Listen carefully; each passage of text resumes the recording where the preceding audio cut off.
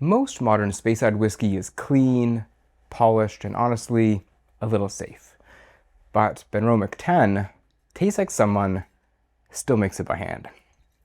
Not craft in the marketing sense, I mean genuinely old school Scotch whiskey.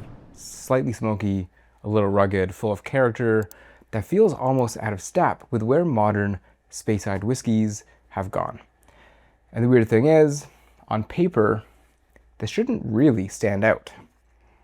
43% ABV, 10 years old, ex-bourbon, and ex-sherry casks.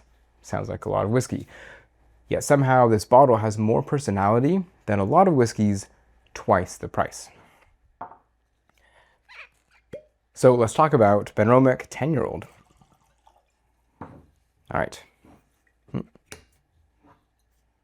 Cheers. Okay, quite a dense sherry forward nose.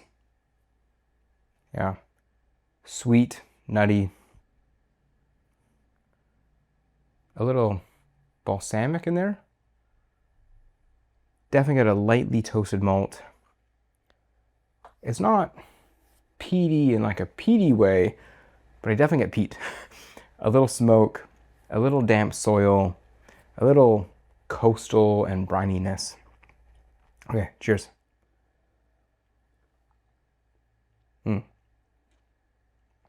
Yeah. See, this is exactly why people love Benromach. The texture immediately stands out.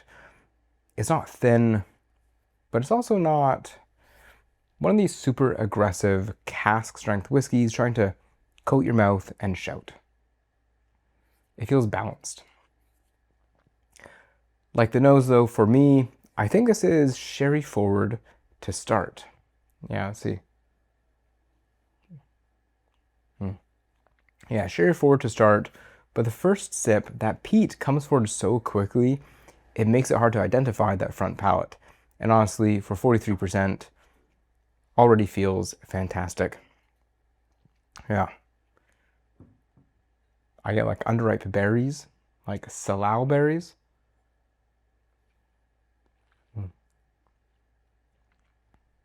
Raspberries, definitely a little ashy. And I think the ashiness is what keeps it from becoming just another sweet Speyside whiskey. What makes Benromach, for me, interesting is that it still feels genuinely old school. The distillery is owned by Gordon and MacPhail, still family owned, which is becoming increasingly rare in Scotch whiskey. And unlike a lot of modern distilleries chasing high efficiency, consistency, Benromach still feels deeply hands-on. I believe they're still using their wooden washbacks that are over 60 years old. I think those are Canadian pine. I'd have to go and double check. Production is intentionally small scale relative to others in the region, of course. The whiskey is also non-chill filtered and has natural color, no color added. Yes, no color added. Lightly peated at around only 10 ppm or phenol parts per million. Importantly, they still let the spirit character lead the whiskey, not the casks. I find a lot of modern whiskeys today are quite engineered around cask influence. Don't get me wrong, I love a good cask finished whiskey, especially a PX cask, but Benromach still tastes like distillery character first. And honestly, I think that's why a lot of whiskey enthusiasts latch onto the brand and bottle so quickly. This doesn't feel optimized, it feels preserved. Yeah, okay. And the longer this sits in the glass, the more I'm getting sort of milk chocolate in here. Maybe a bit of orange. Yeah. Reminds me almost of those chocolate oranges you buy at Christmas time, the Terry's chocolate orange, but underneath that sweetness, there's like this earthy, chalky sootiness that feels like it keeps it all grounded. That finish is fantastic, quite long, it's briny, it's salty, a little ashy, but I still get that sherry sweetness in there. What I really appreciate about this is that the whiskey evolves quietly. It doesn't explode with flavor, It's not trying to impress you. It seems to sort of slowly unfold. And at, believe it or not, $75 where I am here in Canada, this is such an easy bottle to recommend.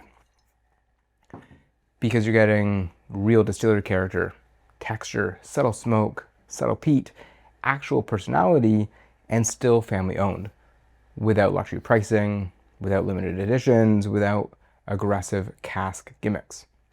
So if you like Springbank 10, which is about $30 to $40 more where I am, pick this up. Now this is where I know some whiskey folks will disagree with me. Hopefully someone will tell me in the comments if they do, because whiskey enthusiasts today often want cask strength, higher ABV, louder cask influence, more intensity. And look, sometimes that absolutely works. But personally, if a whiskey has enough body and enough flavor, I honestly don't mind a lower ABV. I've even had 40% whiskeys I really enjoy. And with Benromach, specifically here, 43% might actually be the sweet spot. You do have to trust them. They probably know what they're doing.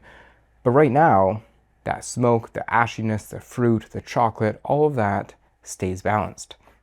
I feel like if they push this higher, I think the ashiness might start to take over the whiskey a little bit too much. At 43%, it still has texture. It still has character, but nothing overwhelms the palate. And I think that restraint is a huge part of why this bottle works so well. Nothing dominates. I'd love to know from you. What do you think about Benromach, Benromach 10 especially? What other bottles in this price range should I try next? Thanks for watching. See you soon.